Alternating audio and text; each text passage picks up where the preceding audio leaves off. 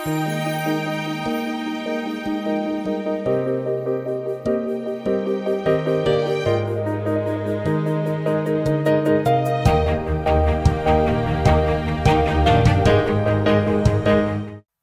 స్పష్టత ఉండాల్సిన సంగతి ఏంటంటే, పాయింట్ నెంబర్ 1,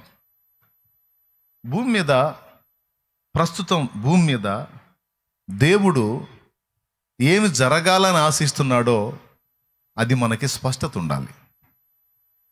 మళ్ళీ చెప్తున్నాను, ప్రస్తుతం భూమి మీద దేవుడు ఏం జరగాలని ఆశిస్తున్నాడో, అసలు దేవుడి హృదయ వాంఛ ఏంటో, దేవుడి ఆశ ఏంటో అది మనం ఎరిగి ఉండాలి, అది మనం గుర్తుబట్టి ఉండాలి, లేదా అది మనం తెలుసుకొని ఉండాలి.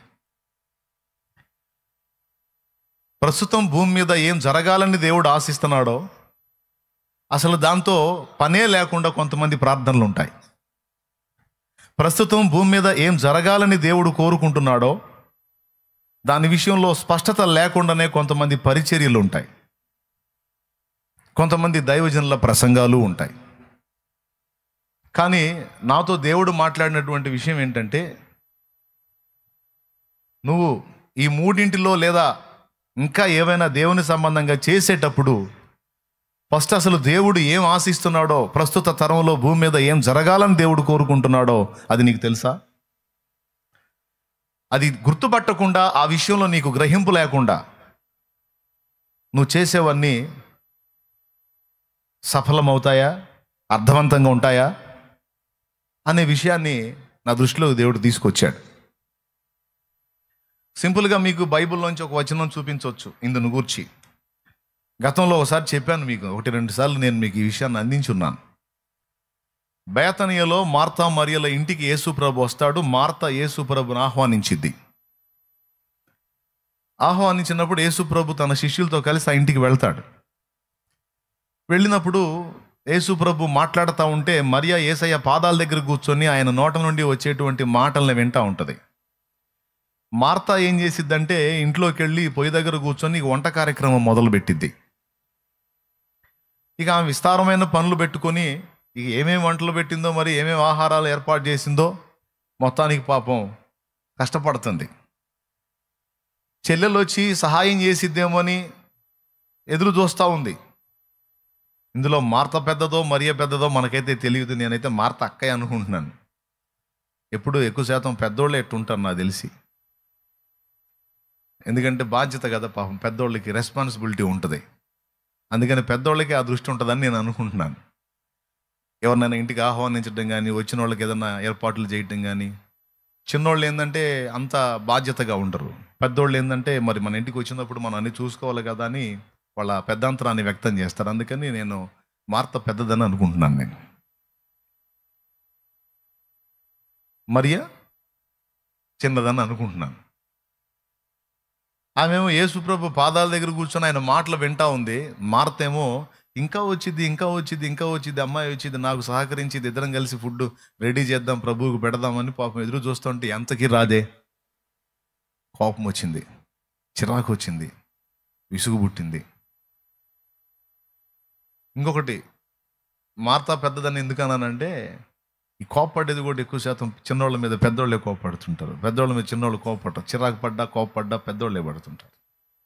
బుద్ధి చెప్పాలన్నా, గద్దించాలన్నా, నేర్పించాలన్నా పెద్దోళ్ళకే ఇదంతా ఉంటుంది.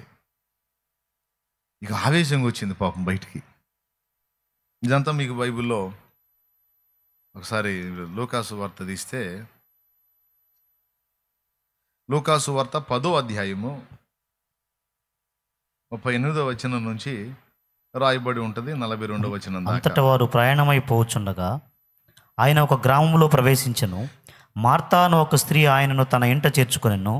ఆమెకు మరియా అను సహోదరి ఉండెను. ఈమె యేసు పాదముల యొద్ద కూర్చుండి ఆయన బోధ వినుచుండెను.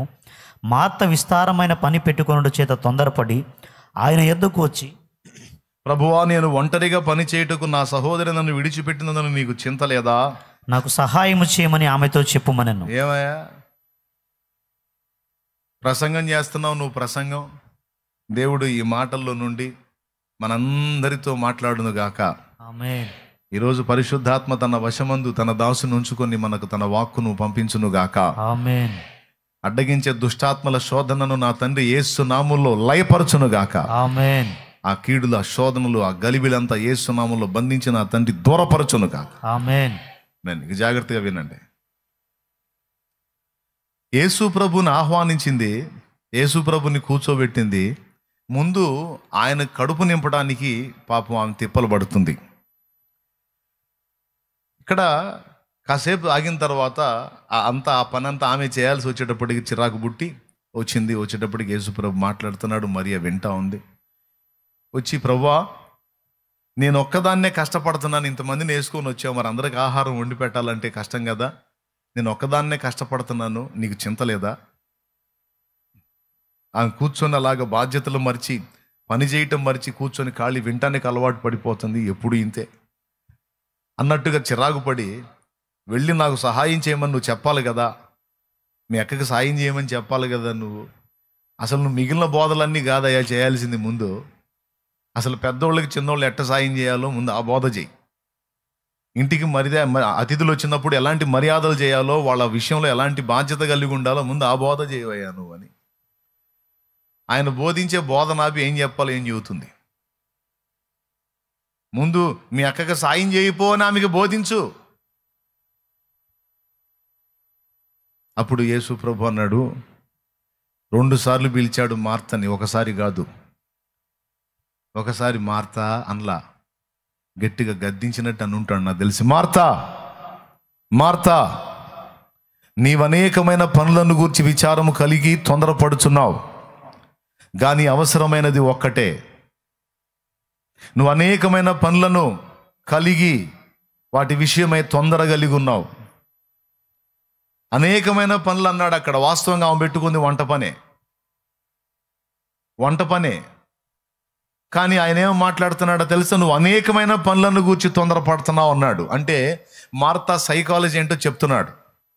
ఆ పనని, ఈ పనని, అది రెడీ చేయాలి, ఇది సిద్ధపరచాలి, ఆ బాధ్యత అని, ఈ ఇల్లని, ఆ వాకిలని. ఈ మార్తా తల నిండా అనేక రకాల పనులను గూర్చిన తపనే. అందులో భక్తి కూడా ఒక పని. అన్నిట్లో భక్తి ఒకటి, అన్నిట్లో మళ్ళీ ఆతిథ్యం ఒకటి. అర్థమైందా? కానీ కొంతమందికి అన్నిటికంటే భక్తి ముఖ్యమైంది. స్త్రీలలోనే 2 రకాల వాళ్ళు ఉంటారండి. ఆదివారం వచ్చిందనుకో, ఆదివారం శుక్రవారం వచ్చిందనుకో, ఎక్కువ శాతం ఆదివారం రోజు ఎప్పుడెప్పుడు సామాన్లన్నీ ఆదివారం రోజు బయటేస్తారు. ఎప్పుడెప్పుడు దాచిపెట్టిన ఇడిచిన వస్త్రాలన్నీ ఆ రోజు కొప్పేస్తారు బయట. అన్ని రోజులు శుభ్రం చేయకుండా ఉన్న ఇంటిని ఆ రోజే శుభ్రం చేయడానికి ఇంట్లో ఉన్న సామాగ్రి మొత్తం బయట పెడతారు. ఆ మంచాలు, ఆ దుప్పట్లు, ఆ బొంతలు, ఆ పరుపులు, ఆ దీంట్లో అన్నీ బయటేస్తారు. ఎందుకు? ఇల్లు కడగడానికి. ఇప్పుడు ఈ పనులన్నీ చేయటానికి విడి రోజుల్లో అవకాశం ఉంటుంది, కానీ ప్రార్థన రోజే పెట్టుకుంటారు ఇవన్నీ. పాత్రలు కడిగే పని ఆ రోజే, తళ తళ తళ తళ మెరవాలి. ఇల్లు శుభ్రపరిచే పని ఆ రోజే. బట్టలు ఇంకా ఎక్కడెక్కడ మురగబెట్టిన బట్టలన్నీ ఉతికేది ఆ రోజే. ఇవన్నీ పనులు చేసుకుంటా మళ్ళీ దేవుడి పనులా ఆదివారం చర్చికి పోకపోతే మళ్ళీ ఆశీర్వాదాలు రావు కదా, మళ్ళీ ఏసై ఫీల్ అవుతాడు.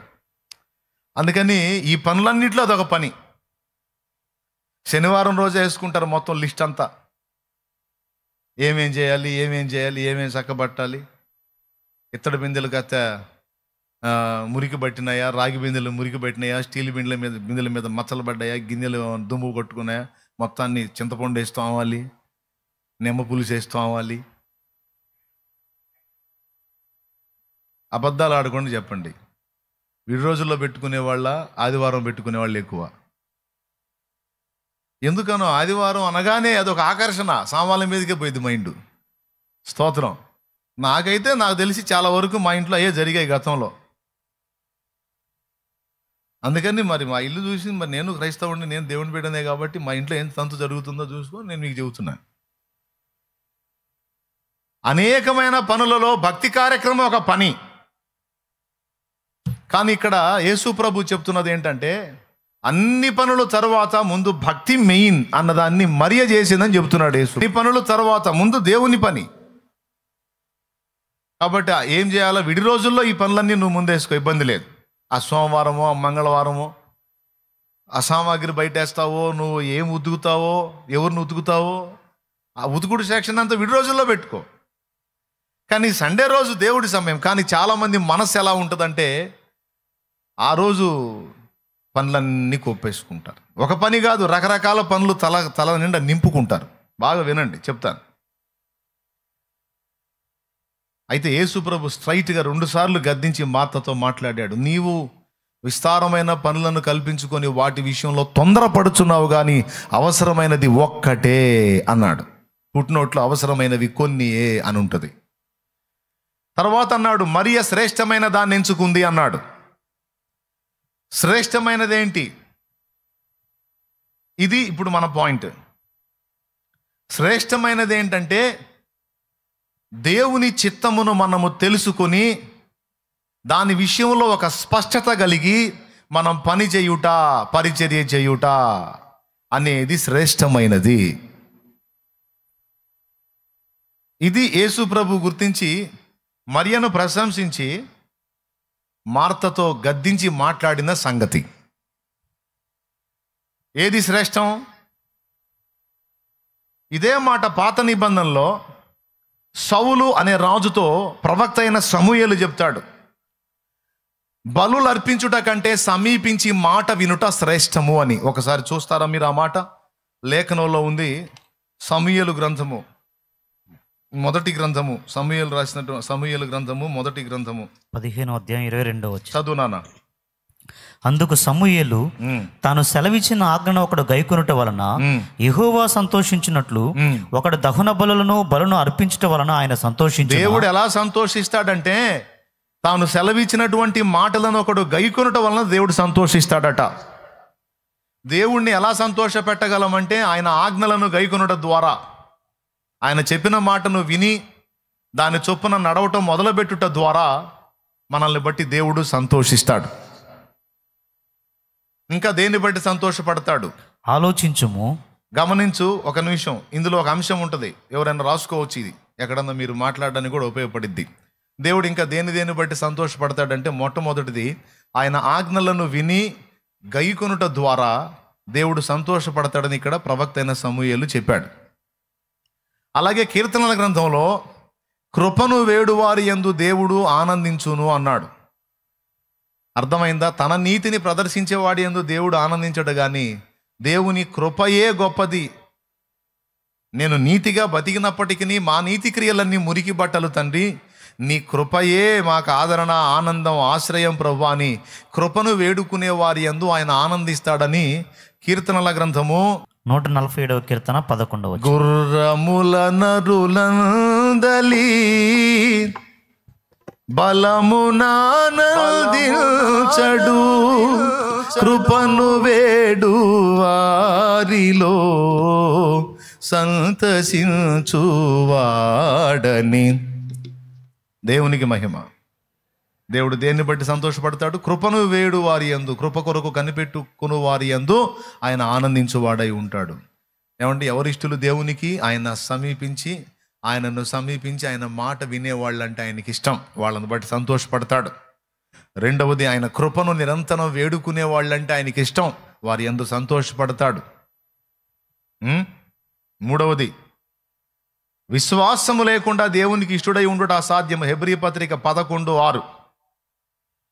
ఎవరి హృదయం నిండా దేవుని యందలి విశ్వాసము కనపరుస్తారో, కలిగి ఉంటారో వారు ఆయనకి ఇష్టలు, వారి యందు ఆయన సంతోషిస్తాడు. దేవునికి స్తోత్రం. దేవుడు ఎవరి యందు సంతోషిస్తాడు?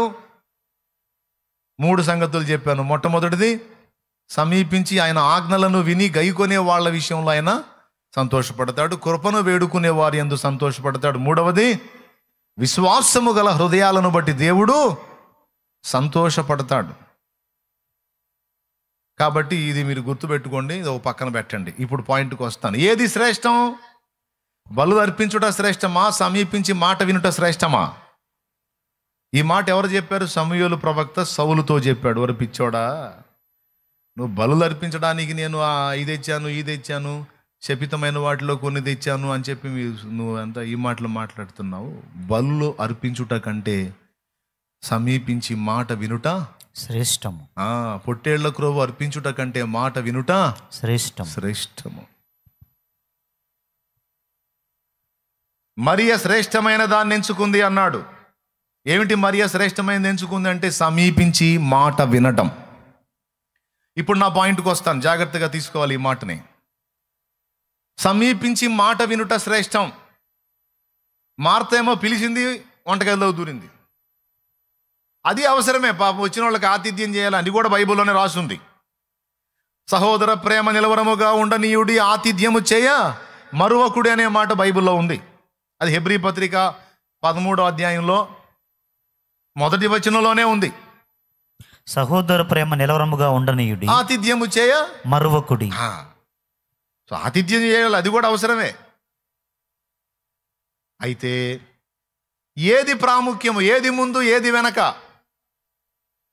యేసయ్యని ఇంటికి పిలిచినప్పుడు ముందేం చేయాలంటే ఆయన దగ్గర కూర్చొని, ప్రభువా మరి నువ్వు ఏదో మాట్లాడుతున్నావు నాయన, మరి నీకు ఆకలిగా ఉంటుంది కదా, కాస్తంత ఆహారం తెస్తాను అని ముందు పర్మిషన్ తీసుకోవాలి. ఆ పర్మిషన్ తీసుకోవాలి. ఇది అబ్రహాం చేశాడు. ఆదికాండం 18వ అధ్యాయంలో మమ్రే దగ్గర ఉన్న సింధూర వనంలో యెహోవా అతనికి కనబడెను అని రాస్తుంది. అబ్రహాము కనులెత్తి చూచినప్పుడు 3 మనుషులు ఆయనకి ఎదురుగా ఉన్నారు. వారు ఆయన వైపు నడుస్తూ వస్తున్నారు. ఈయన పరిగెత్తిపోయి వారి ఎదుట సాగిలపడి, ప్రభువా నీ దాసుని దాటిపోవద్దు అని అక్కడి నుంచి ఆయన మాట్లాడుతున్నాడు ప్రభుతో. నీ దాసుని దాటిపోవద్దు, నేను కొంచెం నీళ్లు తెప్పించదను, నీ కాళ్ళు కడుక్కోండి, మరి దాహార్తి తీర్చుకోండి, ఈ చెట్టు కింద అలసట తీర్చుకోండి, కొంచెం ఆహారం తెస్తాను, మీ ప్రాణములను బలపరుచుకొనుడి, తర్వాత మీరు వెళ్ళవచ్చును. ఇందు నిమిత్తము కదా మీ దాసుని యొద్దకు వచ్చి తిరనను. అది అప్పుడు ఈ మాట అన్న తర్వాత వారు అన్నారు, నీవు చెప్పినట్లే చేయుమనగా పర్మిషన్ తీసుకొని పరిగెత్తాడప్పుడు భార్యకి చెప్పాడు, సారా 3 మానికల మెత్తని పిండి తీసుకొని రొట్టెలు చేసి తొందరగా అన్నాడు. మందలోనికి పోయాడు, క్రొవ్విన పశువుని తీసుకొచ్చాడు, వధించాడు, రెడీ చేసి పడేశాడు. పర్మిషన్తో చేయాలి ఆ పని. అసలు ముందు ఆయన ఏమనుకుంటున్నాడు? ఆయన తినటానికి వచ్చాడా లేదా దాటిపోతున్నాడా? అసలు ఆయనకి ఏం కావాలి?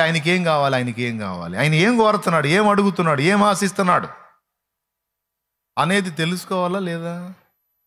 ఇది ప్రార్థన చేసేవాడికైనా, ప్రసంగం చేసేవాడికైనా, పరిచర్య చేసేవాడికైనా, దేవుని కోసం బ్రతక కోరిన ఎవరికైనా ఈ విషయంలో క్లారిటీ ఉండాలి. క్లారిటీ రావాలంటే ఏం చేయాలి? దేవుణ్ణి అడగాలి, దేవుని వాక్యాన్ని అడగాలి.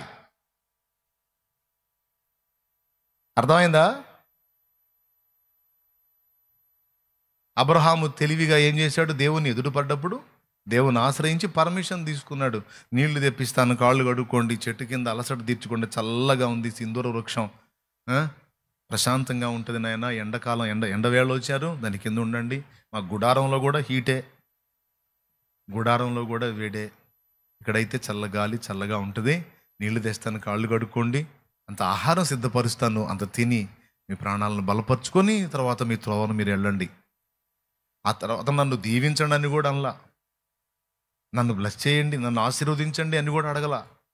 నేను ఆహారం తెస్తాను, నీళ్లు తెస్తాను, ఆ నీళ్ళతో కాళ్ళు కడుక్కోండి, అలాగే దాహార్తి తీర్చుకోండి, అలాగే ఆహారం తీసుకోండి, తర్వాత వెళ్ళండి ప్రభువా, నేనిచ్చే ఆతిథ్యం తీసుకోండి నాయన. ఓకేనా ప్రభువా? ఓకేనా? సరేనా? చైనా? ఇప్పుడు నేను మీ ఇంటికి వచ్చాను, నన్ను ఇక్కడ చూసి వెంటనే అబ్బాయి థమ్స్ అప్ దే అంటారు. ఆతిథ్యం ఏదో ఒకటి ముందు అంటే, ఇప్పుడు నేను మజ్జిగ తాగుతానా, మంచినీళ్ళు తాగుతానా, లేకపోతే థమ్సప్ తాగుతానా, లేకపోతే శనగ నూనె తాగుతానా? కొంతమంది వెంటనే చికెన్ కొట్టించి అంటే అందులో కిలో నూనె పోసి మొత్తం చేసి ప్రేమతో నూనె సగం, కూర సగం వడ్డిస్తాం. ఇప్పుడు పాయింట్ ఏంటి? ఫస్ట్ అడగాల్సిందేంది? శాలేమన్న వచ్చాడు కూర్చున్నాడు. రైట్, కూర్చున్న తర్వాత, అన్నా ఎండను పడి వచ్చావు, కాసిన నీ కూల్ డ్రింక్ తెప్పించినా, లేకపోతే కాసిన మంచినీళ్ళు తాగుతావా, మజ్జిగ తాగుతావా, లేకపోతే ఇక్కడ అందుబాటులో జ్యూస్ పాయింట్ ఉంది, మా వాడిని పంపిస్తాను, అంత జ్యూస్ తీసుకొస్తాడు, లేకపోతే ఇక్కడ మాకు ఇటుపక్క చెరుకు మిషన్ ఉంది, అంత చెరుకు రసం తెప్పిస్తాను తాగుతావా అన్న, ఏం చేస్తావు? లేకపోతే ఏమన్నా తింటావా? ముందు నా దగ్గర పర్మిషన్ తీసుకోవాలి. అసలు నేనేం ఆశిస్తున్నానో తెలుసుకోవాలి. ఇప్పుడు నాతో నిమిత్తం లేకుండా తెప్పించావు అనుకో, నీ ప్రయాస వ్యర్థమైద్ది, నువ్వు ఖర్చు పెట్టింది వ్యర్థమైద్ది. ఎందుకంటే నా నోటికి రాదు కాదు. అలాగూ దేవుడు అసలు భూమి మీద ఏం చేయగోరుతున్నాడో అనే విషయంలో స్పష్టత తెలుసుకోకుండా మరి దైవ చిత్తానుసారమైన ప్రార్థన మనకు ఎలా వచ్చింది? ఏది మనం ప్రార్థించడం దేవుని చిత్తమో, ప్రార్థనలో ఏ అంశాలు ఉండడం దేవుని చిత్తమో మనం తెలుసుకోవాలి కదా. ఆ విషయంలో మన క్లారిటీ లేకపోతే మోకాళ్ళు లేచిన కాడ నుంచి నా అప్పులో నా నెప్పులో నా తెప్పలో అనుకోవాల్సి వచ్చింది. ఇక మోకాళ్ళు వేసిన కాడ నుంచి ఇదే దీనికోసం ఏడిసేదను. ఏం చేసి వస్తున్నావమ్మంటే ప్రార్థన చేసి వస్తున్నాను అన్నయ్య. ప్రార్థన, ఈ ప్రార్థనలో మోకాళ్ళు వేసిన కాడ నుంచి అప్పులో, నొప్పులో, తెప్పలో, బాధలో. ఇది ఎట్ట ప్రార్థన అయిద్దమ్మా? ఇది దేవుడు మెచ్చుకునే ప్రార్థన, దేవుడు కోరే ప్రార్థన. ఇది నీ శోకం అయింది తప్ప ప్రార్థన కాదు. అది ప్రార్థన ఏది? నాకైతే అట్లా ఇష్టం ఉండదు. బైబిల్లో భక్తులు కూడా అలా చేయలేదు. వాళ్ళు బ్రతికిన బ్రతుకు ఒక గురి ఉంది, చేసిన ప్రార్థనకు ఒక గురి ఉంది, చేసిన పరిచర్యకు ఒక గురి ఉంది, చేసే ప్రసంగానికి ఒక గురి ఉంది, ఒక పద్ధతి ఉంది, ఒక విధానంలో వాళ్ళు ప్రయాణం చేశారు, సఫలులయ్యారు. మన విషయంలో కూడా అదే జరగాలంటే ముందు మనం క్లారిటీ తెలుసుకోవాలి. Amen, amen. ఇప్పుడు ఆయన పిలిచే పోయే వంటగదిలోకి, కానీ మరి ఏం చేసింది? అసలు ముందు ఆయన స్వాప్ ఏందో తెలుసుకుందామని ఆయన కాళ్ళ దగ్గర కూర్చుంది. అమ్మాయి, నువ్వు పిలిచావు పాపం, మీ అక్క పిలిచింది, నువ్వే అక్కడ కూర్చున్నావు, పో, మేము ఆకలి కలిగి వచ్చాము, ఆహారం చేయిపో అనలా యేసుప్రభు. ఏమనేమో మెచ్చుకున్నాడు, ఆయననేమో గద్దించాడు. అది అవసరమే, ఆతిథ్యం చేయటం కూడా అవసరమే. కానీ ముందు ఇది దేవుని పాదాల దగ్గరికి వచ్చి అసలు ముందు ఆయన ఏం కోరుతున్నాడు, ఆయన ఏం ఆశిస్తున్నాడో స్పష్టంగా తెలుసుకోవాలి కదా. ప్రస్తుత సమాజంలో, ప్రస్తుతం భూమి మీద ఉన్నటువంటి పరిస్థితుల్లో ఇప్పుడు దేవుడు ఏం కోరుతున్నాడు అనే విషయంలో మనం స్పష్టత పొందాలి. అప్పుడే మన ప్రార్థనలో విలువైనవిగా, దైవ చిత్తానుసారమైనవిగా ఉంటాయి.